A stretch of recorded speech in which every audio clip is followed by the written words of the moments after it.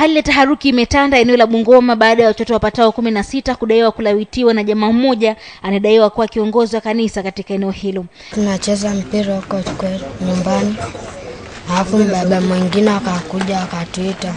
Kenda akatuambia soda kwa hivyo karibu mnada. Akachukua mmoja wetu akapeleka kwa mnada akaenda kamreka. Akaanza kungangania mpaka tutembee naye. Mimi nikasema mimi sitaki. Hadi mwenyewe akaanza kungangania tutembee naye. Mimi kurudi bia na nivuruta. Alafu nikaenda. Alafu akanipeleka kwa mnada kanrep.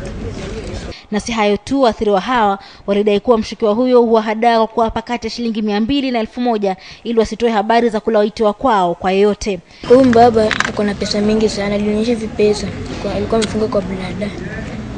Akaniambia ati ukiingia hapa nitakupatia pesa mingi sana.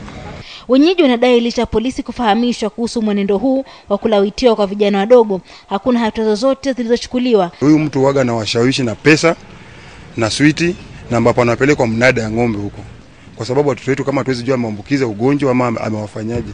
Na tunaomba sana pia wazazi wale wanakaa mjini pia wajaribu sana kuchunga watoto yao.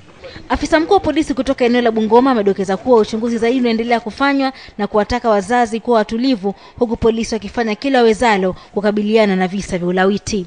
Mwanaisha Chizuga, KTN leo.